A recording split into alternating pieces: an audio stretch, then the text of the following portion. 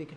Good afternoon friends, आज हम बात करेंगे गायनेकोमेस्टिया के बारे में कि गायनेकोमेस्टिया की सर्जरी कैसे की जाती है, इससे कैसे रिकवर करें और पॉसिबल कॉम्प्लिकेशंस क्या क्या हो सकते हैं इसके।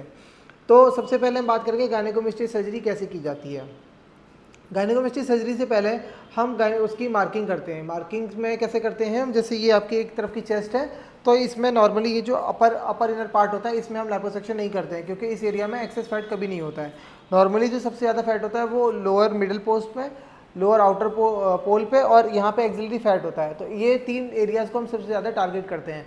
तो इस एरिया में सबसे पहले हम एक्स्ट्रा मार्क करते हैं कि कहाँ कहाँ पे एक्स्ट्रा फैट है। साथ में हम लैटरल चेस्ट वॉल को भी इन्वॉल्व करते हैं क्योंकि एक बल्ज कई बार जब ज़्यादा फैट होता है तो वो बल्ज यहाँ पे भी रह जाता है। अगर हम इस बल्ज को छोड़ दें तो वो बहुत अच्छा रिजल्ट नहीं देता। तो हम चेस्ट के साथ साथ लैटरल चेस्ट वॉल को भी इन्वॉल्व करते हैं अपनी गायनेकोमेस्टिया सर्जरी के अंदर। तो इस सर्जरी के हम अंदर नॉर्मली हम दो पोर्ट बनाते हैं। एक पोर्ट बिल्कुल हम आपके आर्मपिट के अंदर बनाते हैं जिससे कि जब आप आर्म को नीचे करें या ऊपर करें तो वो निशान नहीं आता है। दूसरा इंसिजन जो होता है हमारा वो आपके जो एरियोला होता है, जो डार्क एरिया होता है चेस्ट का, उसके लोअर पार्ट में हम करीब करीब 1-1.5 सेंटीमीटर का कट लेते हैं जहाँ से हम ग्लैंड भी निकालते हैं फ्यूचर में सर्जरी के दौरान। तो इस तरह से दो पोर्ट मार्क किए जाते हैं मार्किंग के दौरान। सर्जरी की अगर हम बात करें तो सर्जरी में सबसे पहले स्टेप जो होता है वो होता है इन्फिल्ट्रेशन। इन्फिल्ट्रेशन में हम एक फ्लूइड बनाते हैं जो कि आपको जिससे एनेस्थीसिया का इफेक्ट भी रहता है, सर्जरी के बाद भी आपको पेन ना हो। साथ में उसमें एक हीमोस्टेटिक एजेंट भी डालते हैं, एड्रेनालिन डालते हैं जिससे कि ब्लड कंस्ट्रिक्ट होता है हमारा और ब्लीडिंग कम से कम होती है हमारी सर्जरी के दौरान। तो इस फ्लूइड को हम पहले जो यहाँ पे हम पोर्ट मार्क करते हैं उस पोर्ट के थ्रू हम पूरे चेस्ट में इन्फिल्ट्रेट कर देते हैं और उसको हम 10 मिनट के लिए छोड़ देते हैं जैसे वो अच्छे से एब्जर्व हो जाए। और उसके बाद हम अगला स्टेप हमारा होता है वेज़र। अगर हम वेज़र टेक्नोलॉजी यूज़ कर रहे हैं या कन्वेंशनल कर रहे हैं, दोनों में जो भी टेक्नोलॉजी हम यूज़ कर रहे हैं उसके अकॉर्डिंगली हम फैट को ब्रेक करते हैं। अगर हम वेज़र कर रहे हैं तो वेज़र से फैट को ब्रेक करते हैं, कन्वेंशनल कर रहे हैं तो कन्वेंशनल से फैट को ब्रेक करेंगे। और उसके अगला स्टेप होता है एस्पिरेशन। एस्पिरेशन में जो फैट हमने ब्रेक किया उसको हम सक्शन के माध्यम से सारा फैट को हम सक आउट कर लेंगे। उसके बाद जब हम देखते हैं कि सारी चेस्ट से एक्सेस फैट जितना हमने जो मार्क किया था वो निकल गया है, और लास्ट में रह जाता है सिर्फ ग्लैंड। उस ग्लैंड को निकालने के लिए हम निप्पल के लोअर हाफ में जो हमने पहले बात की थी कट लगाएंगे 1 से 1.5 सेंटीमीटर का। उस कट के दौरान हम उसको ग्लैंड को निकाल देते हैं। ग्लैंड को निकालने के बाद हम दोनों तरफ की चेस्ट की सिमेट्री को चेक करते हैं, अंदर कोई ब्लीडिंग तो नहीं है इसको कंफर्म करते हैं। जब ये सारी चीज़ें हमारी कंफर्म हो जाती हैं, सिमेट्री कंफर्म हो जाती है, उसके बाद हमने जो ये दोनों पोर्ट्स बनाए हैं इन दोनों पोर्ट्स को हम डिजॉल्विंग सूचर्स के द्वारा बंद कर देते हैं। सूचर्स बंद करने के बाद हम ऑन टेबल ही आपको जो है गारमेंट पहना देते हैं। कंप्रेशन गारमेंट होती है, एक इलास्टिक क्लॉथ होती है जो कि चेस्ट को कंप्रेस करने के लिए हम आपको पहना देते हैं। सर्जरी के बाद हम आपको 6 से 8 घंटे हॉस्पिटल में रखते हैं, या कई बार अगर पेशेंट शाम को कंफर्टेबल फील नहीं कर रहा तो हम ओवरनाइट स्टे भी रखते हैं। नेक्स्ट डे मॉर्निंग में हम आपको डिस्चार्ज कर देते हैं उसी वेस्ट के साथ जो हमने आपको सर्जरी के दौरान पहनाई थी। वह वेस्ट आपको कम से कम 4 से 6 हफ्ते के लिए पहननी होती है। हमारी जो पहली विजिट होती है वो 5th डे पे होती है।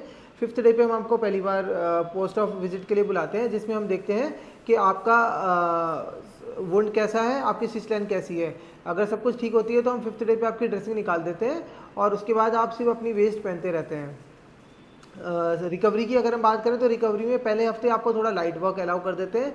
आपका रूटीन डेली रूटीन एक्टिविटीज़ आप शुरू कर सकते हो। कोई भी हैवी वेट लिफ्टिंग या कोई एक्सरसाइजेज नहीं करनी है, आप रूटीन अपना काम सारा कर सकते हो। जैसे जैसे हफ्ता निकलने लगता है आपको हफ्ते के एंड में काफ़ी पहले से बेटर फील होना शुरू हो जाता है। सर्जरी के बाद चेस्ट पे थोड़ी सी सूजन आती है जो कि धीरे धीरे समय के साथ उतरते जाती है। पूरी रिकवरी की बात करें तो 4 से 6 हफ्ते में पूरी तरह से सेटल हो जाते हैं। अगर हम कंप्लीट रिजल्ट की बात करें कि कंप्लीट रिजल्ट हमारा कब तक दिखेगा, तो करीब करीब 3 महीने लग जाते हैं पूरी तरह से सेटल होने में। इस दौरान हमारा प्रोटोकॉल ये भी रहता है कि जैसे 2 हफ्ते हो जाते हैं आपके, जैसे ब्रूजिंग है, थोड़ी सी जैसे नीलपन आता है कहीं कहीं पे सूजन ज़्यादा होती है, जैसे दर्द है, ये सब चीज़ें जैसे लगभग आपके 2 हफ्ते में सेटल हो जाती है। तो जैसे 2 हफ्ते में आपका ये सारा कुछ सेटल हो जाता है तो उसके बाद हम आपकी लिम्फेटिक मसाजेस बता देते हैं। आपको चेस्ट की आपकी मसाज बता देते हैं कि चेस्ट की मसाज कैसे करनी है। अगर आप चेस्ट की मसाज करते हैं तो उससे आपकी रिकवरी जल्दी होती है, पेन सेटल जल्दी होता है और स्वेलिंग भी जल्दी सेटल होती है। 4 से 6 हफ्ते में आपका रिजल्ट हम एक्सपेक्ट कर सकते हैं इस सर्जरी के दौरान।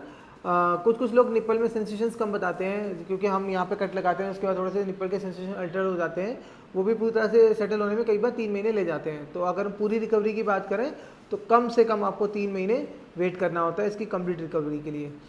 अगर हम इसकी कॉमन कॉम्प्लिकेशंस की बात करें तो जो सारी सर्जरीज में कॉमन होती हैं जैसे कि इन्फेक्शन, ब्लीडिंग, हेमाटोमा फॉर्मेशन, ये बहुत ही कॉमन कॉम्प्लिकेशंस हैं जो किसी भी सर्जरी में हो सकती हैं। अगर इसी सर्जरी से स्पेसिफिक बात करें तो उसमें आपकी ब्रेस्ट की एसिमेट्री हो सकती है, किसी एक तरफ थोड़ा ऊंचापन हो, किसी एक तरफ थोड़ा सा नीचापन हो, इस तरह की चीज़ें आप देख सकते हैं। कई बार स्किन नेक्रोसिस हो सकती है। अगर आप एक स्मोकर हैं, आप स्मोकिंग करते हैं, स्मोकिंग के बाद अगर आप ये सर्जरी लेते हैं बिना स्मोकिंग को बंद करें, तो चांसेस होते हैं कि आपकी निप्पल नेक्रोसिस हो सकती है, स्किन की नेक्रोसिस हो सकती है, हल्की फुल्की ब्रूजिंग रह सकती है सर्जरी के बाद, जो कि धीरे धीरे करके सेटल हो जाती है। कुछ लोगों में जिनमें ज़्यादा फैट होता है चेस्ट में, एग्रेसिव लाइपोसक्शन करना पड़ता है, उन केसेस में सीरोमा फॉर्मेशन के चांसेस हैं। सीरोमा का मतलब ये होता है एक पानी जैसा फ्लूइड इकट्ठा होने लग जाता है आपकी चेस्ट में, जिसको धीरे धीरे करके हम सिरिंज के माध्यम से निकालते रहते हैं जब तक कि वो पूरी तरह से सेटल नहीं होता।